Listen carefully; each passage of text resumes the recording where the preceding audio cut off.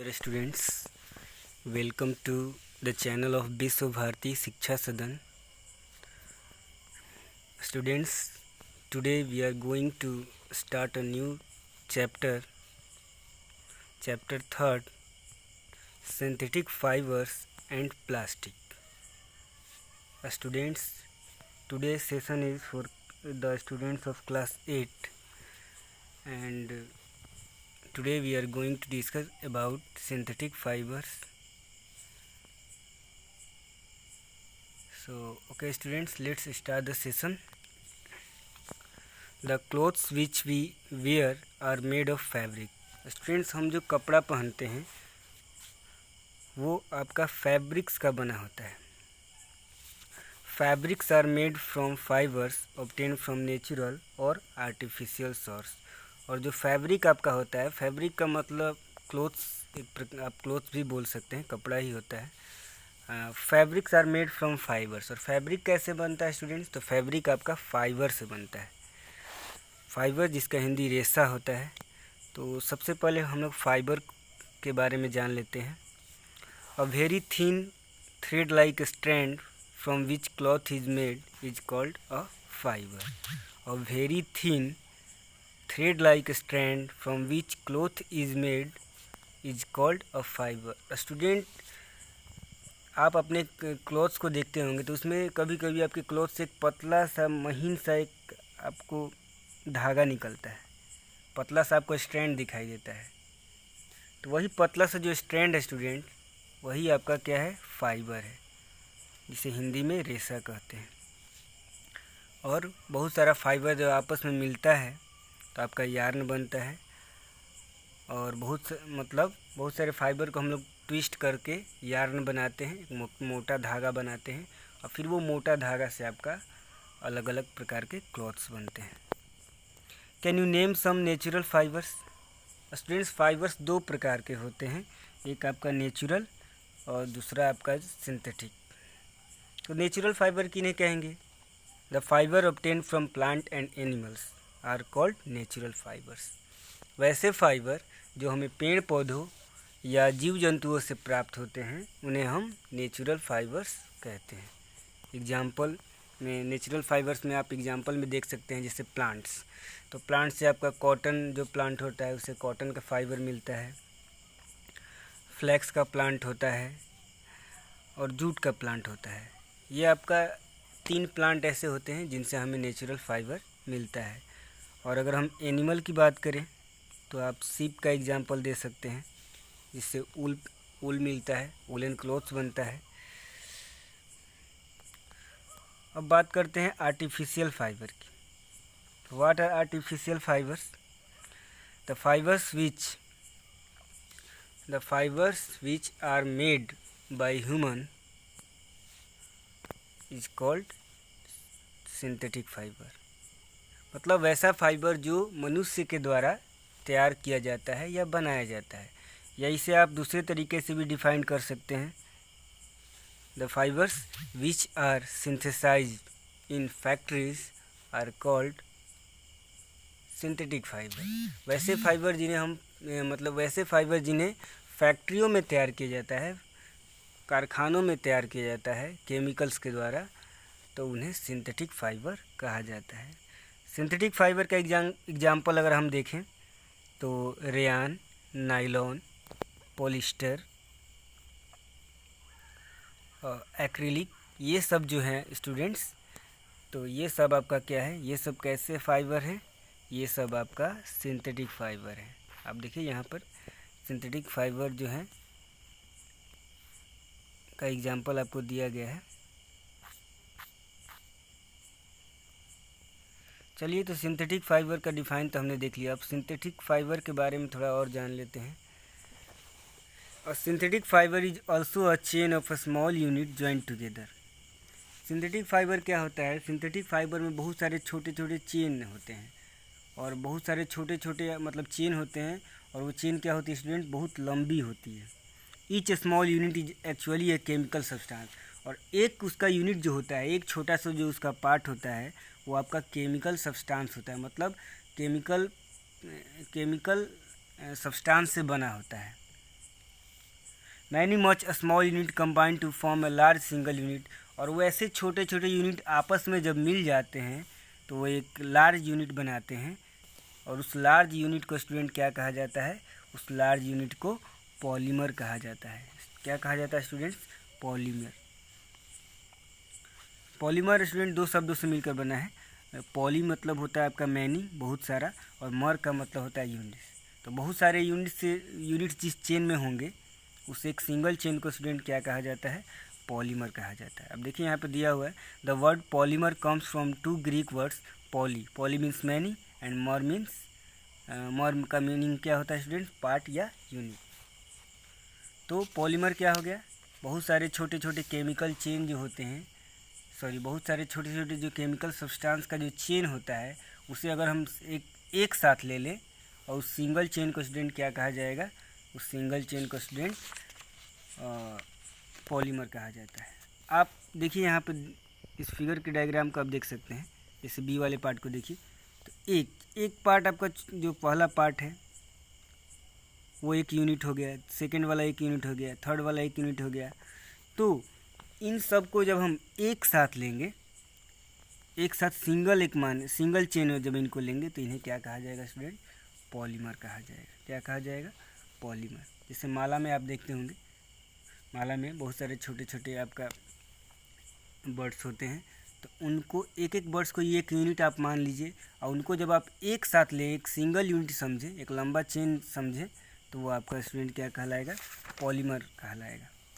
Polymer आपका student एक प्रकार का केमिकल सब्सटेंस होता है, मतलब केमिकल कंपाउंड, बहुत सारे पदार्थ को मिलाकर ये तैयार किया जाता है।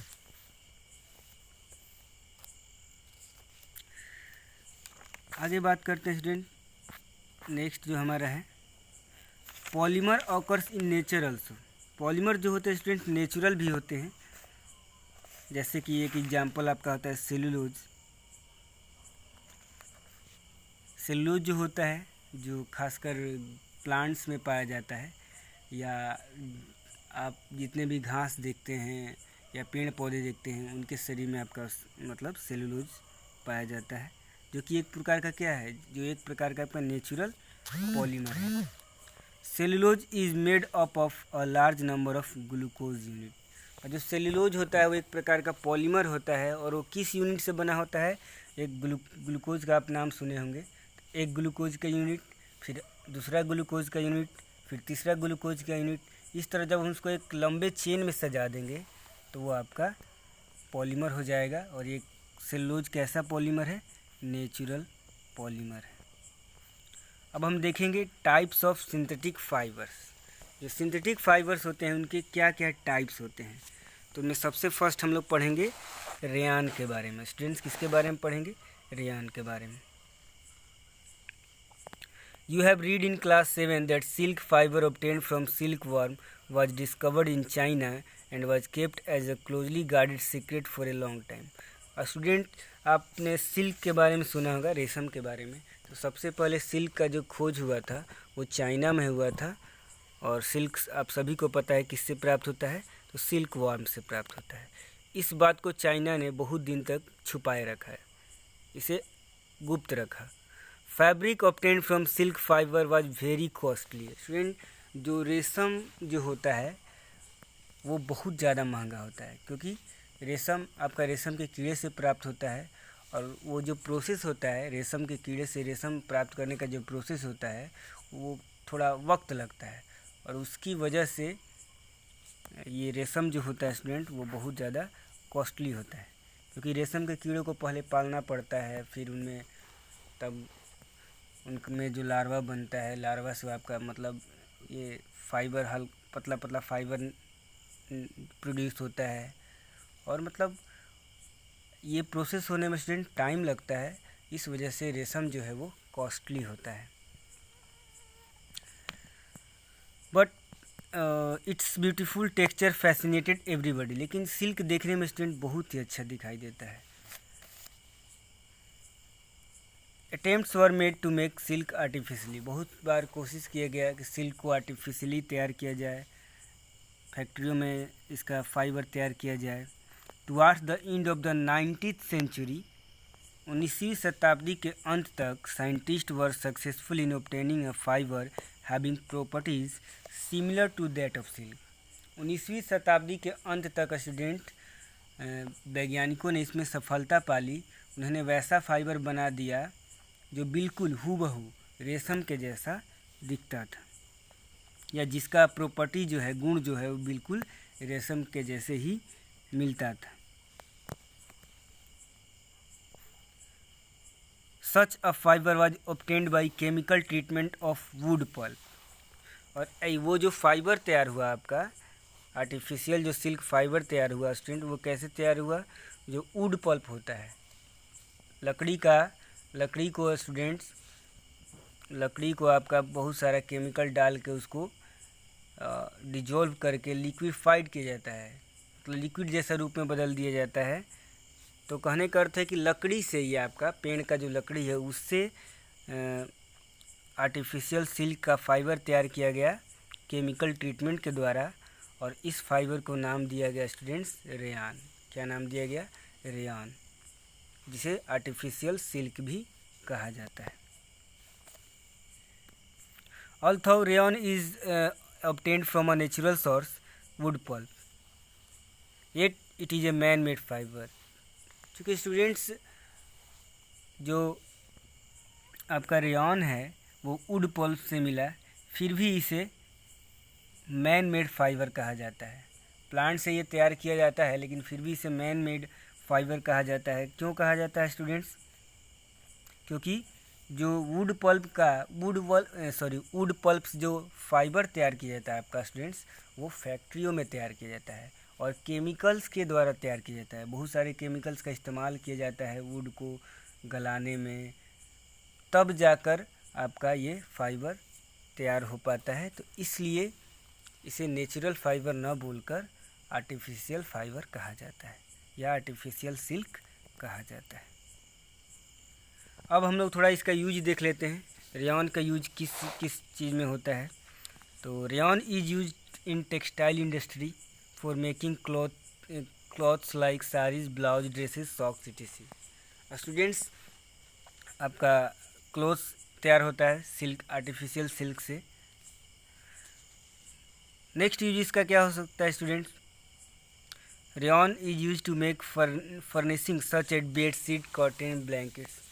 मतलब आर्टिफिशियल सिल्क फाइबर के आपके पर्दे तैयार होते हैं, बेडशीट तैयार होते हैं, चादर तैयार होता है। नेक्स्ट स्टूडेंट्स याद रखेंगे, rayon is use to make carpet. Rayon का इस्तेमाल स्टूडेंट्स कारपेट बनाने में भी होता है। Rayon is use in medical field. Medical field में भी स्टूडेंट रेयॉन का इस्तेमाल होता है। मेडिकल फील्ड में इसका इस्तेमाल आपका बैंडेज बनाने में होता है। तो ये सब स्टूडेंट्स आपका रेयॉन के क्या थे? यूज थे। नेक्स्ट हम स्टूडेंट देखेंगे नायलॉन के बारे में। Nylon is another man made fibre. Nylon भी स्टूडेंट एक प्रकार का आपका सिंथेटिक फाइबर होता है, यानी इसे भी फैक्ट्रियों में बनाया गया है या मनुष्य के द्वारा तैयार किया गया है। इन 1931 it was made without using any natural raw material. 1931 में स्टूडेंट इसे तैयार किया गया था, और इस नायलॉन फाइबर को तैयार करने के लिए किसी भी नेचुरल रॉ मटेरियल का इस्तेमाल नहीं किया गया था। जैसे कि आपने रेयॉन के केस में देखा कि नेचुरल रॉ मटेरियल का आपने इस्तेमाल किया, वुड पल्प का, लेकिन यहाँ पर नायलॉन के लिए स्टूडेंट किसी भी प्रकार का कोई नेचुरल रॉ मटेरियल का इस्तेमाल नहीं हुआ। It was prepared from coal, water and air. Nylon को जो तैयार किया गया था उसके जो रॉ मटेरियल थे वे थे कोल, वाटर एंड एयर। 3 चीज़ों से मिलाकर आपका नायलॉन फाइबर तैयार किया गया। It was the first fully synthetic fibre. Student ये पहला मतलब पूरी तरह से सिंथेटिक फाइबर था, क्योंकि इससे पहले जो आपने रेयॉन देखा तो वो पूरी तरह से सिंथेटिक नहीं बोल सकते थे, क्योंकि उसे आप वुड पल्प के द्वारा तैयार करते थे, यानी प्लांट्स के जो वुड है उसके द्वारा तैयार करते थे। लेकिन यहाँ पर क्या है? ये पूरी तरह से क्या है? सिंथेटिक फाइबर है। Nylon fibre was strong, elastic and light. और स्टूडेंट जो नायलॉन फाइबर होता है वो बहुत ही ज़्यादा स्ट्रॉन्ग होता है, और इसके साथ साथ ये इलास्टिक होता है, लचीला होता है, एंड लाइट होता है, और बहुत ही ज़्यादा स्टूडेंट क्या होता है, हल्का होता है। It was lustrous and easy to wash, और ये लस्चरस होता है यानी चमकीला होता है, इसमें चमक पाई जाती है और इसे हम आसानी से साफ़ कर सकते हैं।